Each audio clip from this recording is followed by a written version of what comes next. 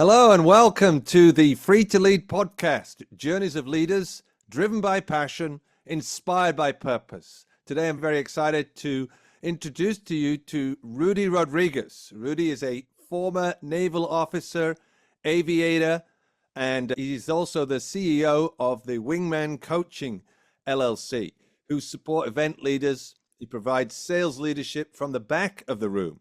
He's got a unique consultative coaching approach to help his clients maximize their profits and sales.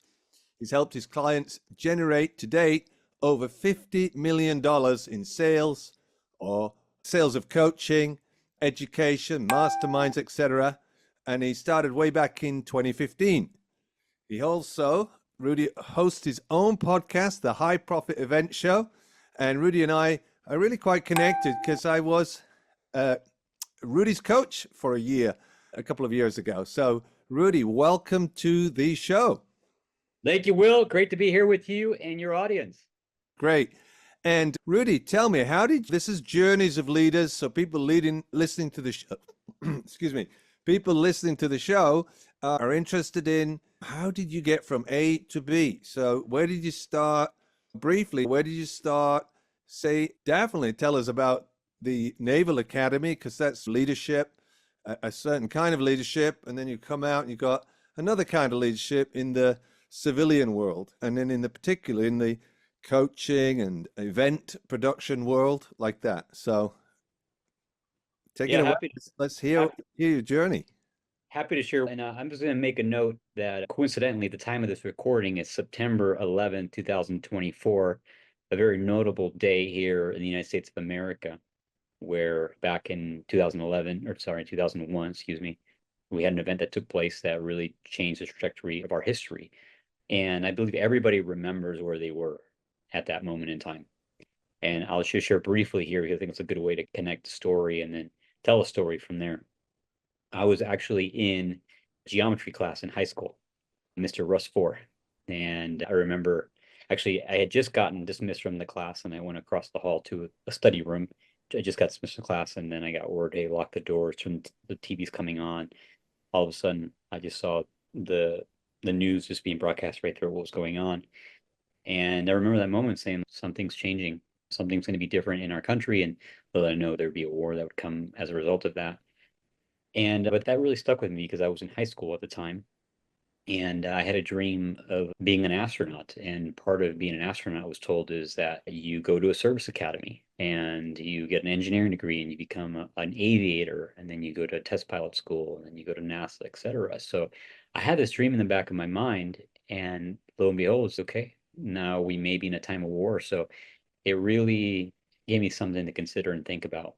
When I got to my senior year in high school, I went ahead and applied to the U.S. Naval Academy, and thankfully I had some wonderful human beings in my life that supported me, teachers, coaches, mentors, definitely my parents, and I was able to get the nomination and get accepted.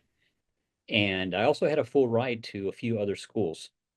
And I remember making the decision, maybe this is part of the leadership journey, is I looked at the two options, that the U.S. Naval Academy, it seemed quite challenging to me, just the perception of it seemed like it was going to be really freaking hard. And then I had a full ride to some other schools, some of which are like known party schools. And I asked myself, okay, what decision do I make right now? I go hang out with my friends, people that I know, go to schools, meet girls, have a good time.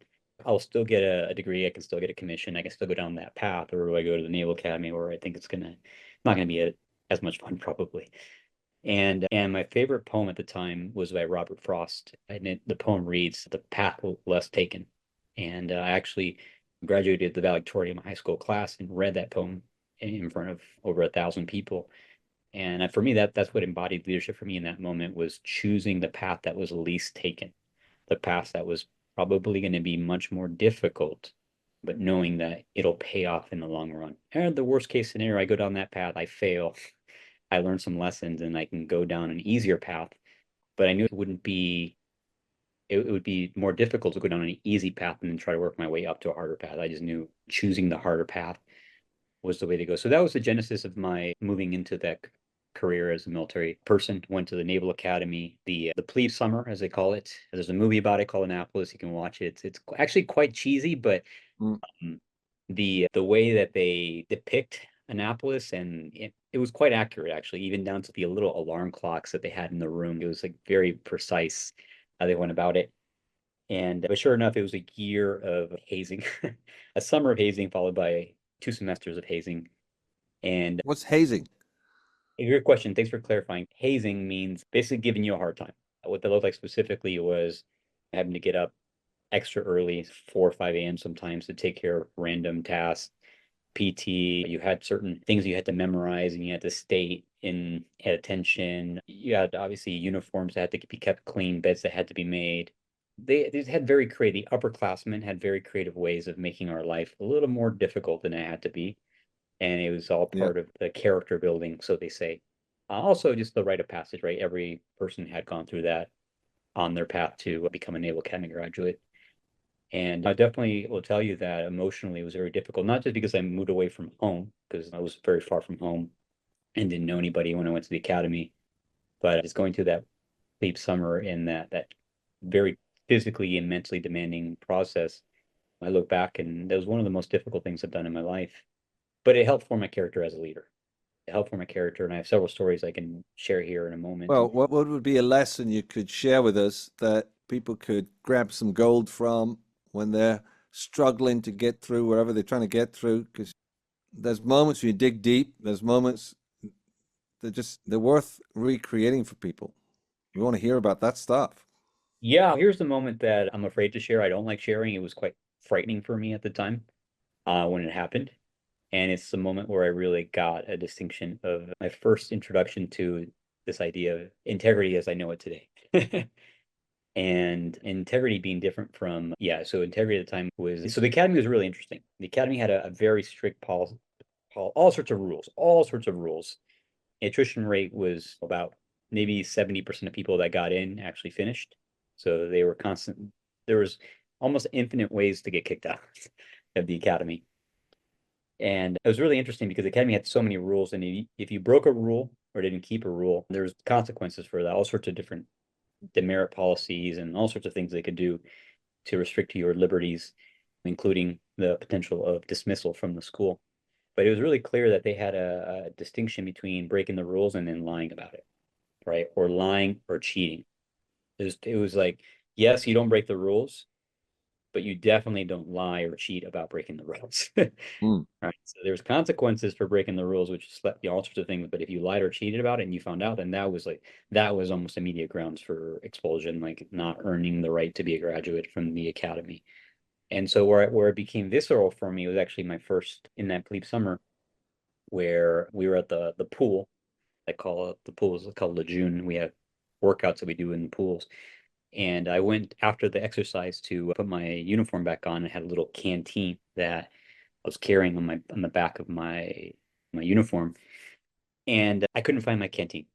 I was putting my uniform on, like, where's my canteen? Couldn't find it. And I'm like looking for it in the locker room, and sure enough, I see a canteen there, and I don't see anybody else around. So I was like, this must be my canteen because everybody else has left or is leaving. So I pick it up and I look at it, and it doesn't have my name on it. And my canteen had my name on it.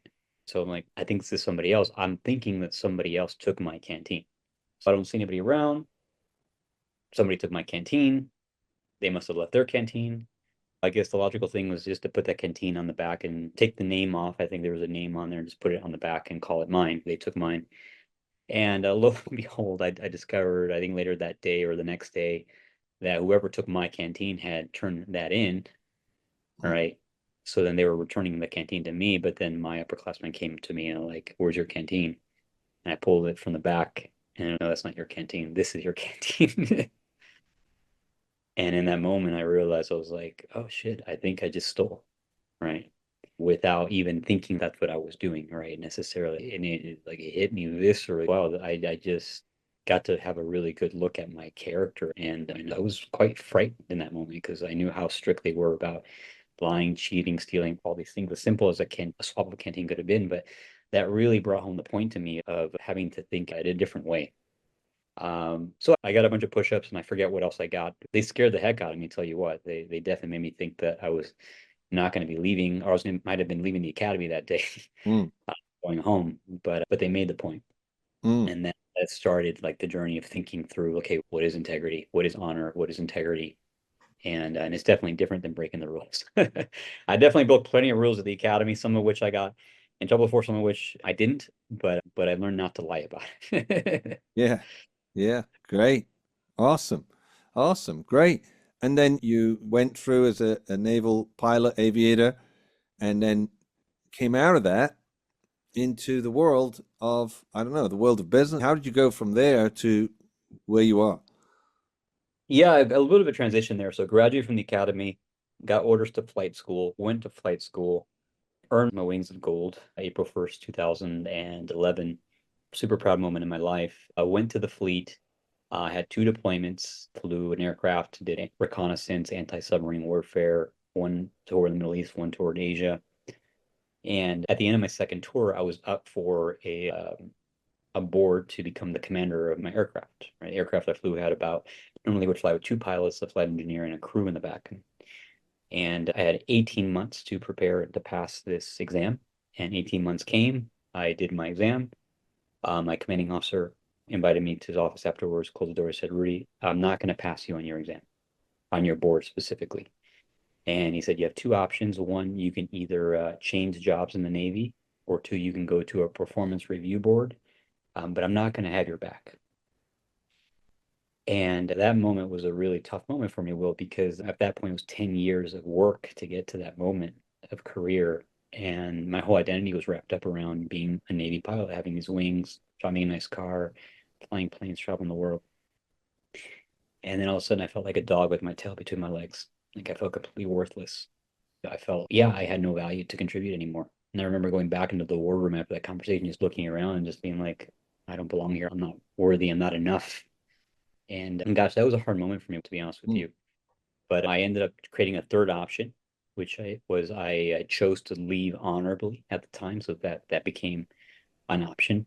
mm, And I remember going home from the service and being afraid to talk to people about what happened, especially my parents. I actually moved back in with my parents, right? I moved back in with my folks, and I would avoid it because I had so much fear and shame and guilt around not making it, not being enough. yeah, totally can imagine. Yeah. Yeah. And I remember there was a moment where I was, you know what? I'm just gonna start talking about it. And I just started to call on the people that I was most afraid to talk to about it. And I just started letting them know, hey, this is what happened. And before I knew it, I started to become free, more free of the situation. I was doing some personal development with a company called Landmark at the time. Yep. And they encouraged me to open up and to create a new possibility for my life. And thankfully I had a mentor at the time that I went to work for.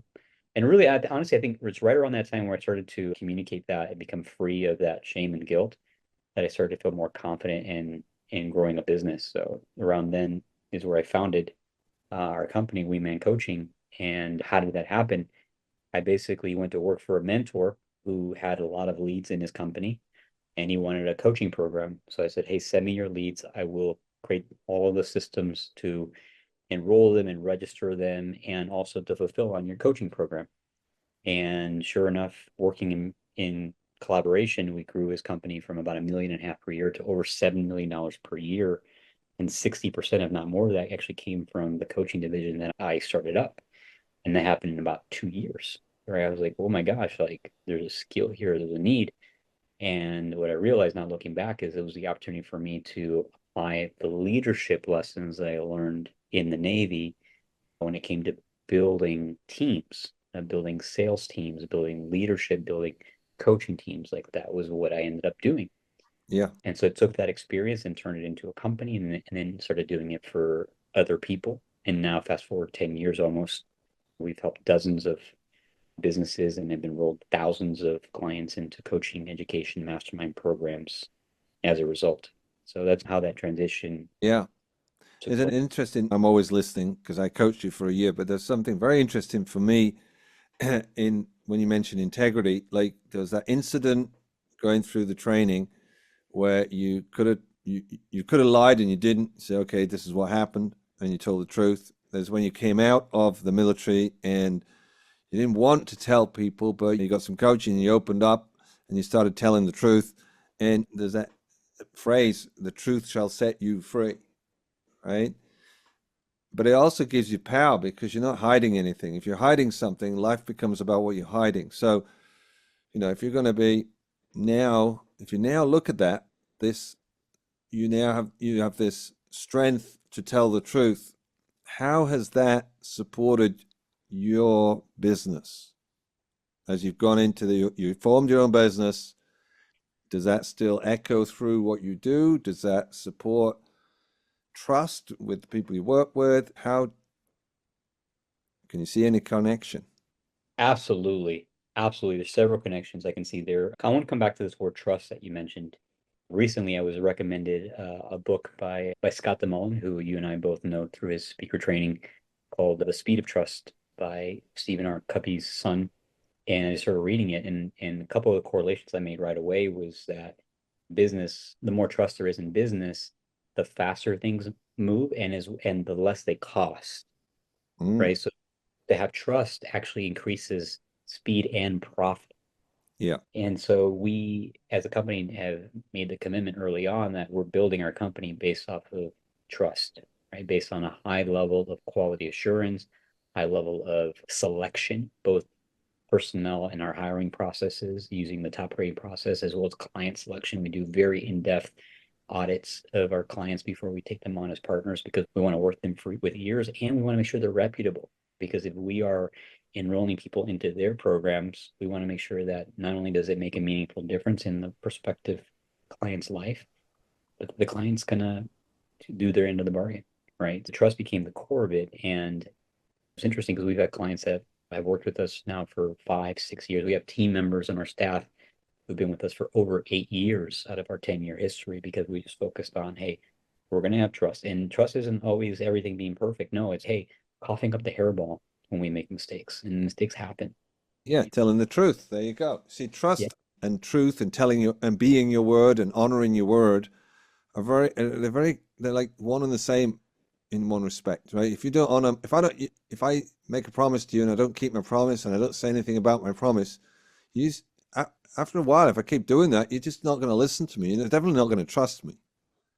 So it's very key to building trust. So as you're putting that together, you're starting to become someone in your industry, in your world that's trusted. And I really like the piece when you said we vet our customers because we're promoting them. Therefore, that's us. That's my word I'm giving.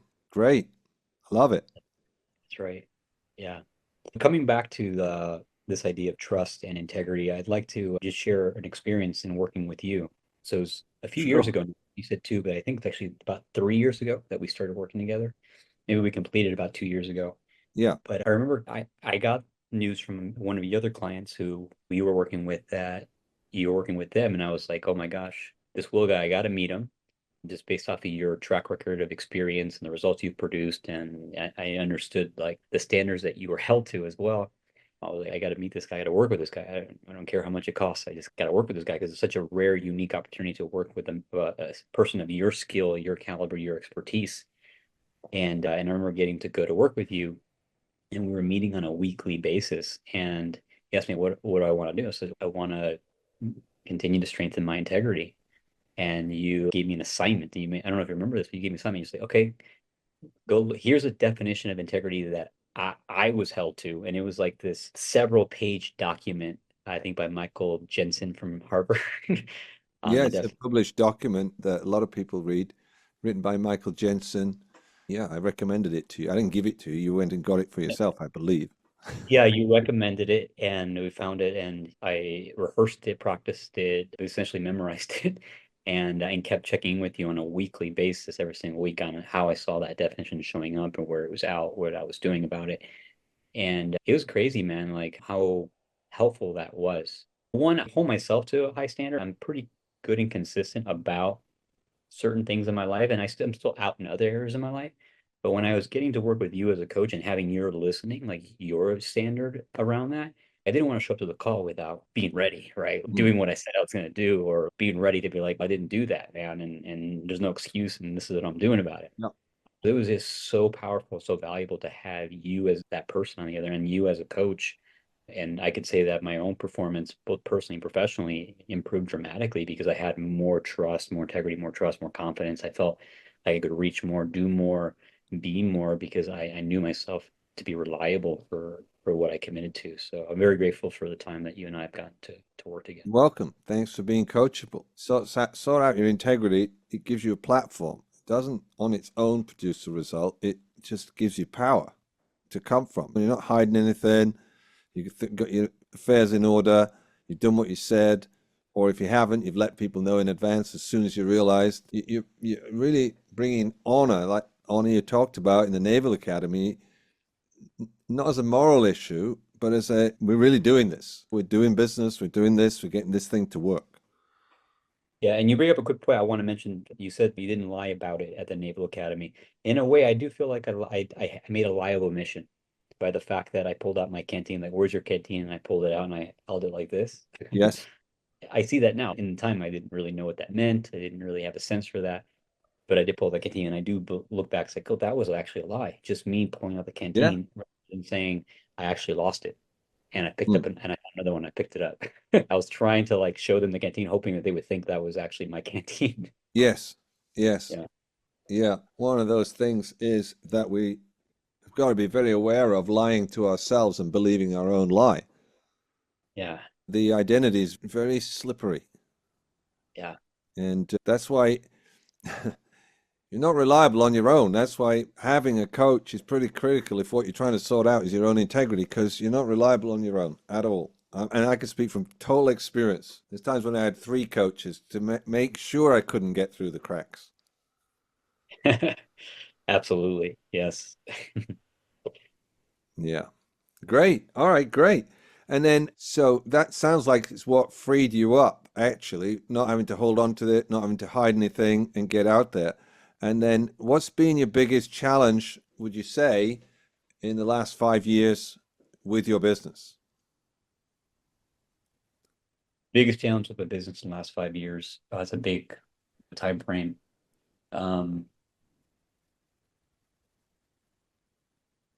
Keeping integrity. And to be honest with you, it's the tagline is don't sacrifice integrity for growth Right. and continue to operate during good times, up times and down times and maintaining the integrity. What that looks like is like paying our bills on time, paying our clients, our team members on time, keeping our promises with our clients, even when it's circumstances are challenging or difficult, maintaining that reputation as a trustworthy service provider and doing whatever it takes to honor that. Even if we make a mistake, we have to go above and beyond to fix that or take out a line of credit to pay people, make payroll on a credit card, whatever it takes, Yep. maintain that trust with the marketplace and with our stakeholders. Great. Great. Journeys of leaders driven by passion, inspired by purpose. If you to tell me, if I was to ask you, what do you see as your purpose today as you lead your business? How many people work for you now? That's a great question. So two questions. So our company is structured where I'm the only employee of the company. So I have a network Hmm. of independent contractors that I have a That's right. relationship. And so I have a leadership team. Again, several of them I've worked with for 6, 7, 8+ years. And then I have a network of other people that I worked with and I've had a relationship with for many years. So at any given time, I can mobilize a team of 5, 10+ people to work on a given event or project that requires enrollment and registrations assistance or more. I've supported at one point, I think we did three events at one time that required like 15 personnel at three different locations all at once. So I've learned how to contract and expand, and it's a function of leadership, right? How to be many places at the same time without actually being there. Without doing the doing yourself, right? Trusting other people to do it. Yeah, and you asked about the mission and purpose because I know that's the point of your podcast. And honestly, that's the easiest question you can ask me because that's where I started. I got clear on why the heck am I doing this? And it's a lesson that I learned from my late mentor, God bless his soul, Vernon Chapa Lavia, who passed away about a year ago. And he was a father figure and a mentor to me for about 20 years, very successful serial entrepreneur. And he told me many things he taught me, one of which he said, read the book The E-Myth Revisited by Michael Gerber and start with the specific exercise, which is around thinking about what you want said about you when you die. Like, how do you want to be remembered when it's all said and done? And getting really clear on that. And then build a business, build a life to support that. It's called the primary aim of your life, and then the business is called the strategic objective. So when I went and did that exercise in starting this business, one, I got clear that how I want to be remembered, Will, is at my funeral, is I want people in secret to say to each other, wow, Rudy, I know that he loved me and he helped make my dreams come true. He contributed to my dreams coming true. Beautiful. And I know that the way I'm able to do that in through business, through Wingman, is my vision, my mission is to create a world where every human being who wants it, who seeks it, has access to the coaching, the education, the mentorship that they need to succeed in their lives and in their businesses. And the way I do that is by through partnership, partnering with you and other reputable brands and companies out there that provide world-class services in the form of coaching or masterminds, and being able to be that trusted resource for them to help enroll clients into their programs. Through that, I can help so many more people than I'd ever be able to help on my own. So that's the mission, that's the purpose that drives me every single day. And because of that, no day has ever felt like a day of labor. I have no problem putting in 10, 12, 15, 16 hours a day, 5, 6 days, 7 days a week at times in seasons. I've done that in the past because I love it. I wake up every day knowing I'm making a difference for others. Yes. Yes. Awesome. That is my experience of you. I coached you, and then I don't know how many courses now you've said, Will, you need to do this course. Will, you should come on this course. Will, this is this great retreat. Come on this retreat. Oh, you really should go on this stage thing. I said, Rudy, I've been on the stage for 25 years. Why do I need to go on it? And they said, no, just trust me. You should go on this thing. And it was awesome. So you do really walk the talk. You do live as what you say that you are, which I really acknowledge you for and appreciate you for. And certainly brings something to what we're trying to create with this podcast for the people listening. Like, what's going to have them be powerful? What's going to have them be effective leaders in their business or their industry or their organization or whatever it is they're up to in the world? Thank you for being on the show. How should people or how can people reach out to you, connect with you, employ you in their services, or just, get a hold of you? Yeah, I think the easiest, simplest thing for someone to do who's listening to this podcast is, since you're a podcast listener already, come listen to my podcast. There you uh, go. Look it up in the podcast store, and I think there'll be a link here along with the recording in the show notes. Sure. It's the High Profit Event Show. The host, Rudy Rodriguez. You're not going to see a lot of photos of me at all on there. You're actually see photos of my guests, because this show's all about celebrating and honoring experts in the event industry, people who have led for years, like you will, live events, both focus on impact. They want to make a meaningful impact on people's life. At the same time, they want to make sure it's profitable, that they have profitable live events so they can continue to do them over and over again and expand the number of people that they can help. Yeah, I've interviewed at this point just over 70 experts in the field of live events. So it's intended to be a super value add. So if you're an event leader of any sort, or someone who's an event leader that wants to have a world-class, high impact and profitable event, come check out our podcast. And if you like what you listen to there, you can find some links on our website, learn more about us, what we do, and we can set up a consultation if that's something that would be mutually beneficial. Great. Great, Rudy. Great, great, great. And thank you so much for being on the show. It's been a pleasure to have you here. And for everyone listening, as you say, you can go to his site. If you're a leader and you've got a journey to share and you're driven by passion, you're inspired by purpose, and you could also share some pearls of wisdom that you love to share with my audience, then please go to podcast.willsteele.com. And you can find a link there. Click on that link and apply to be on the podcast. Look forward to having really great people of all kinds, of being in all different industries or businesses, entrepreneur journeys, who want to share your wisdom. Thank you for being a listener today, and look forward to the next episode.